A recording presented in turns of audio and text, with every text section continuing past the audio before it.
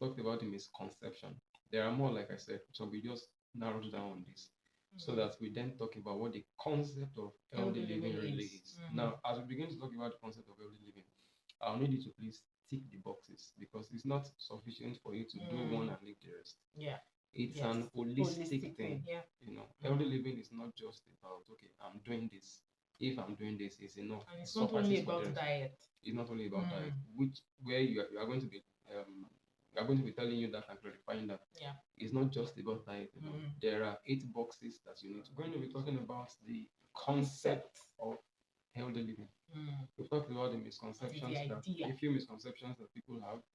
While we talk about the concept, we need you to please tick the boxes. Yeah. Like I said, healthy living is not just about one thing that you're doing. Healthy living is holistic. It has to do with your body, your mind, and everything. So, first and foremost, the most basic concept of healthy living has to do with knowledge. And it starts from that. This knowledge may not necessarily be acquired in the 4 walls of a building.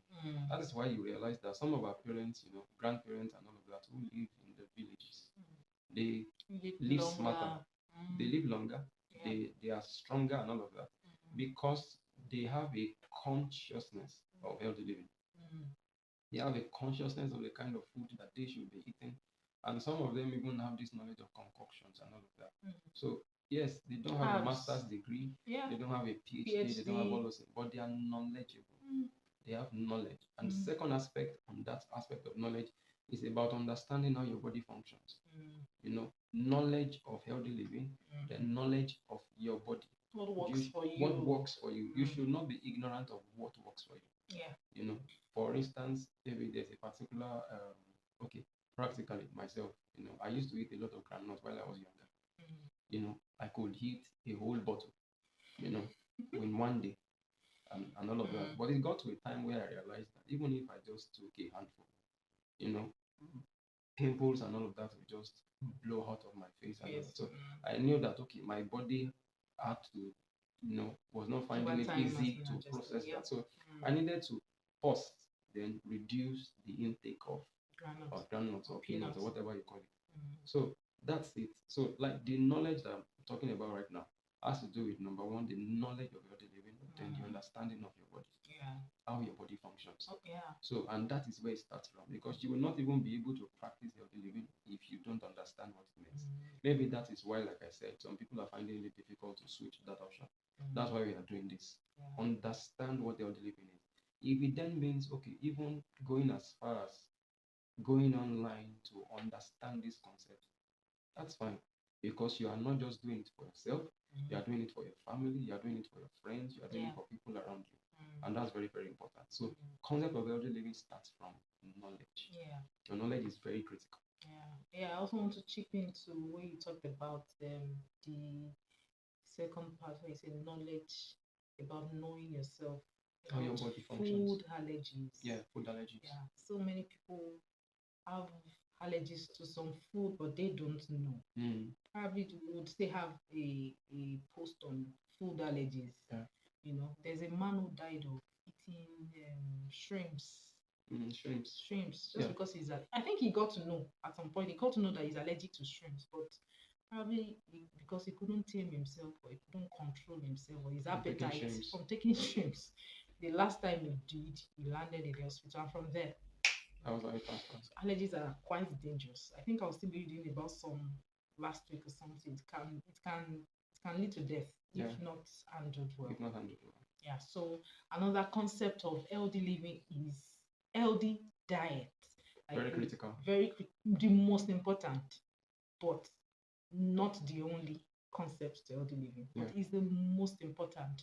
In fact, we tell people, like my husband mentioned, that if you are sick or going through a health challenge and it is not from the pit of hell, it's not evil arrow, then try and consider your diet. Because the truth is, let me say 98% of most of the disease people are suffering now, if not spiritual, is as a result of the food we eat. Yes, so the diet is very, very critical. Very, very critical. So another box that you should take Meaning that if you have truly subscribed to a healthy diet, you should also consider the part of having an agile and active body. Yes. 3 things we have said now. Number 1, we talked about knowledge. Number 2, we have talked about healthy diet. Number 3, your body must be active and agile. It's not enough for you to say you're eating right and your body is not moving. God created the body like a mechanical machine. Your joints are there for movement. You should not be living a sedentary life, which is what we're actually talking about. So your body must be agile. Decide by yourself that you are going to be exercising. Maybe at subsequent broadcast, you are going to be stating the difference between stress and exercise. Some people say that, okay, exercise for 1 hour, all these things that I'm doing, even with the work that I'm doing and all of that, even my work is demanding and all of that. So that should equate to an exercise. No, that's not an exercise. That's stress. That's work stress. So your body must be agile. So you must be able to move that body well, and you must not be sedentary. So that's the third box that you should tick when you are thinking of subscribing to a healthy living. So the fourth box you should tick when we are trying to consider the concept of healthy living is stress management. Very true. Stress management. Stress kills. Definitely. It kills. There are a lot of people now that they have landed.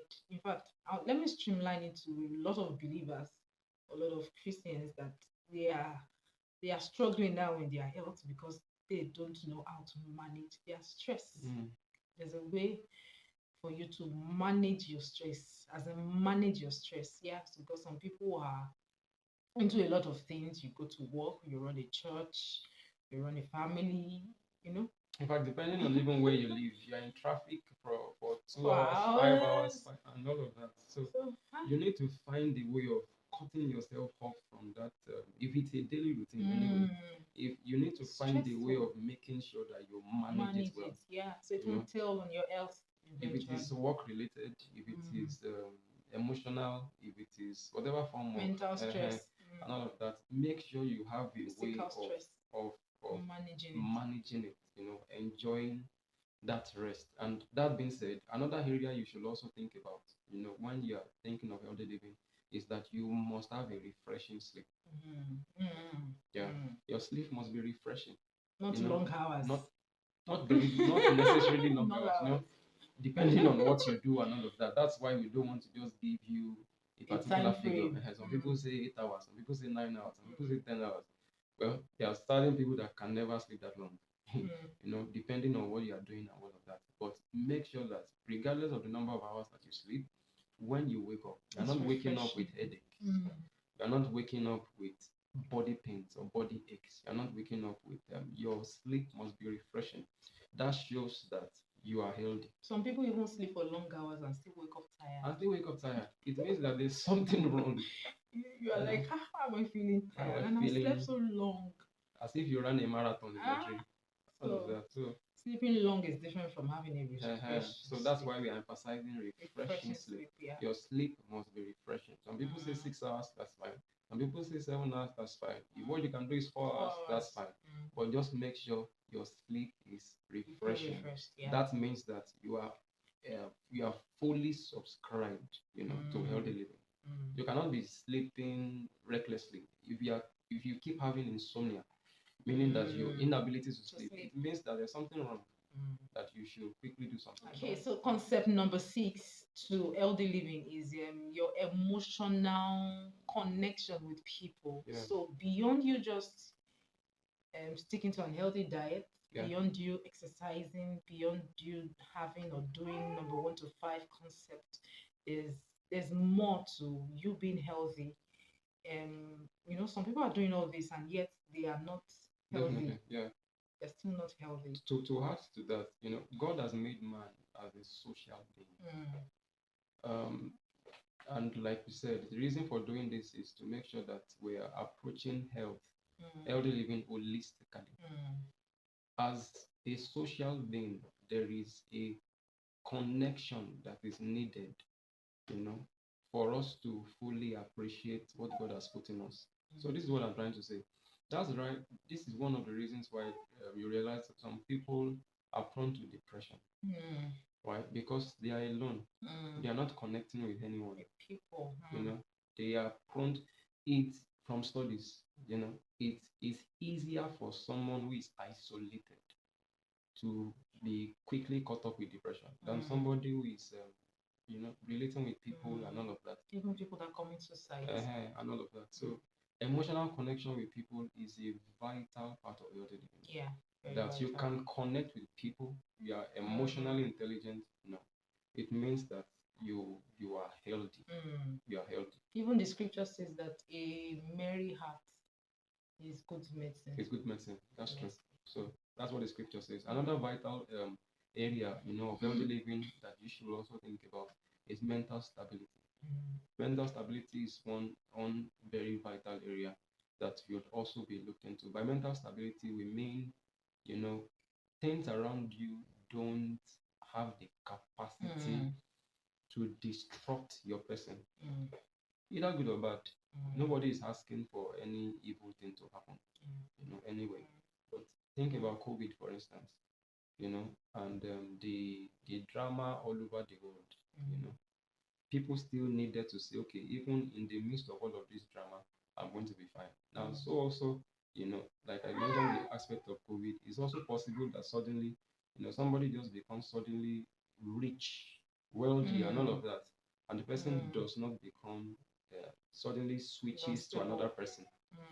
So the mental stability we are talking about is your ability to maintain your form, maintain your composure in the midst of whatever comes around you.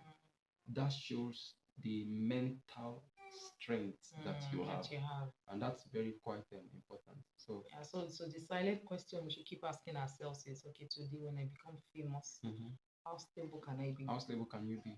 Today when I become a billionaire in pounds, in dollars, how stable can I be? Can you be?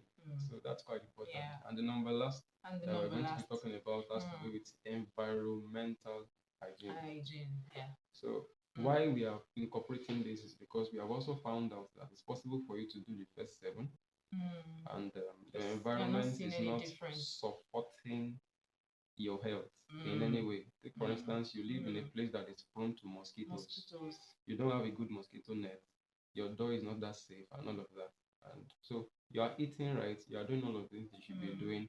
But mosquitoes are still biting. keep disturbing you. And malaria. And malaria and all of those things. So that is why it's important that you should also take note of your environment, especially for people, people that also live around telecommunication masts. Yeah.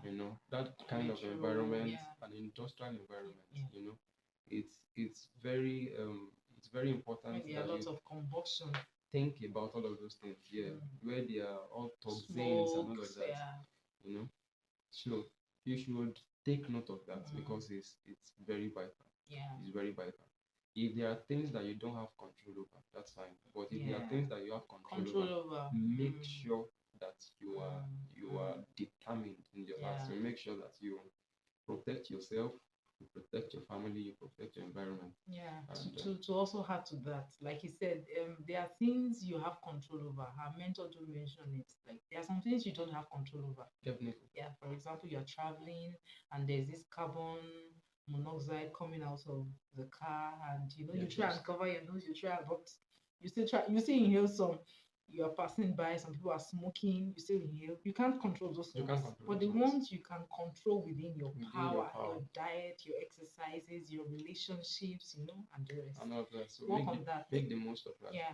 So we've come to the end of today's broadcast on the benefits of healthy living. So for someone who is quite who has been confused before now, we believe that with some of the things that you have heard, you want to subscribe and not to confuse you. The healthy living is the way to go, man. Healthy living is the way to go. Yeah. Healthy living is the way to go. If you are new on this channel, please subscribe and like, share. We want to also hear from you. Give your comments. Yeah. What do you want us to talk about and all of that? We want to ask hear questions from you. Yeah. So don't forget, one more time, subscribe to our channel. And if peradventure you are going through any health challenges, please feel free to reach out to us. Reach out to us. Innovators on our Health. handles. That's our handle on any platform. Yeah. Your major platforms anyway, not all platforms. So Innovators Health, you can send a mail to us to innovatorshealth@gmail.com, and we'll be very, very glad to respond to you. So thank you so much. Thank you for joining us today. See you in our next video. time. Bye. Bye.